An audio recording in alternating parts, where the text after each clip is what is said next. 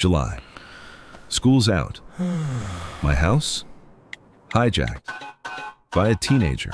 I live with a 5'7" biohazard. No fresh air since May. His hobbies? Doom scrolling, deafening sighs, infinite laundry.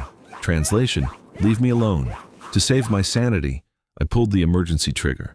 The holy grail of desperate parents. 2 weeks, rustic camp, deep wilderness, simple rules, no screens, no power, just cabins and monster bugs. To me, paradise, pure, beautiful silence. To him, a death sentence. And that's when the Cold War began. Step 1, luggage inspection. I said pack survival gear. This was his idea of survival. I confiscated 4 chargers, a hidden iPad, and a switch disguised as a sandwich. He looked at me like I'd violated the Geneva Convention.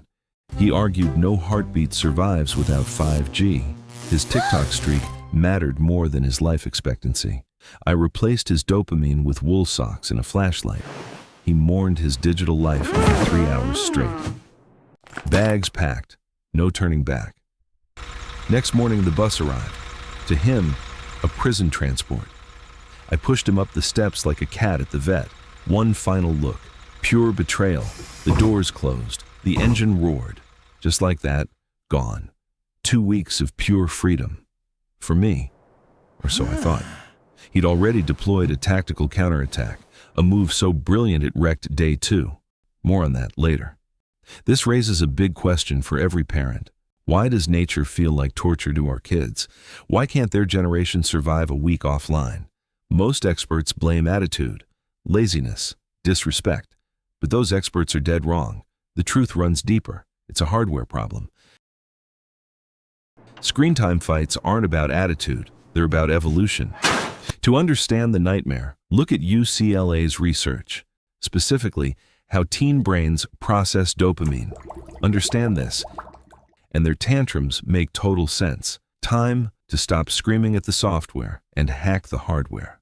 Let's dive into the teenage brain's machinery and see why nature bores a digital age brain. Prepare yourselves, parents. Here is the raw biology. This is what's actually happening inside their head. UCLA research. A teen brain isn't just a bigger kid brain. During adolescence, the striatum, the reward center, explodes in growth.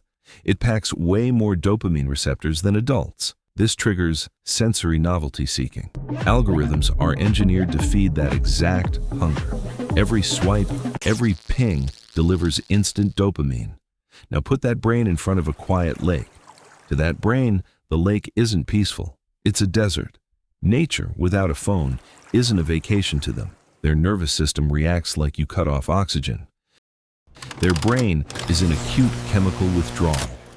That boredom isn't emotion, it's starvation. Logic goes offline. Primitive survival centers take full control. That hostility? A starved brain fighting for survival. There's a second, scarier layer to this panic. 50,000 years ago, tribal rejection meant death. Evolution built an alarm system against isolation. To a teenager, their online peer group is their survival tribe. UCLA found teens are hypersensitive to social separation. Their brain reacts like physical torture, not missing apps, experiencing evolutionary panic. So when you play tough parent, no phone zone. To their subconscious, you're not a loving father. You look like a tribal executioner, exiling them to starve. Cortisol floods their system. Pure stress.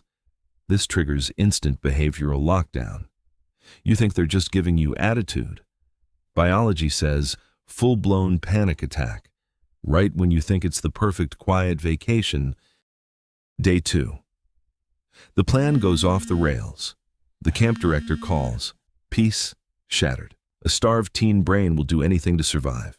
My son's counterattack belonged in a spy movie. My son living in the latrines. No extra underwear, just a hollowed-out plush, smuggling a phone, sitting in the dark, stealing the kitchen's Wi-Fi for his streaks. Honestly, a masterclass in survival engineering. I didn't get mad. First, the clinical solutions. How do we manage this? Here's your evolutionary cheat code for the summer. Rule number 1, the dopamine taper. Most parents go cold turkey, 10 hours of games, then straight to camp. This causes a neurological crash, too fast to stabilize. Instead, run a mandatory tapering week. Cut screen time 20% daily, 7 days before departure. This lets dopamine receptors recalibrate slowly. By the bus, the shock is minimized. You avoid the day one meltdown entirely. The nervous system stays stable. Rule number 2, status framing. Never say, "You're addicted, you need to touch grass." That phrasing feels like a demotion. It threatens their identity. Teens are hyper-driven by status and autonomy. Frame it as an elite trial. An autonomy test, real-world survival, no supervision. This triggers their drive for status. No more prison. Now it's a personal achievement. You shift the narrative from compliance to pride. Rule number 3, the digital peace treaty. Total blackouts trigger social separation distress, pure panic. If rules allow it, negotiate a controlled lifeline, 15 minutes daily, non-negotiable. This tiny window is a safety valve. It kills the fear of exile. Guaranteed connection time keeps cortisol low. They enjoy the outdoors. Brains not screaming survival. You establish clear boundaries while protecting their biology. Trust is maintained. The camp becomes a success. I applied Rule 3, 10 minutes daily, authorized. His behavior improved. He made friends, learned to build a fire. The treaty worked. My vacation saved. Let's talk about your mental health survival. Your kids aren't the only ones losing it. There's a secret gateway to peace you're missing, a place where logic works and silence is guaranteed. Hiding in your bathroom just to check your phone? Welcome to the sanctuary. Our digital oasis is open. Smash subscribe. Let's be honest, it won't fix their attitude, won't clean their room, but it validates your pain weekly. Join the pack. Secure your sanity. Don't face this alone. Total peace. For 48 hours, I lived the parenting dream. Until the final, sardonic twist of modern life happened. House quiet, kids away. Finally, the offline world.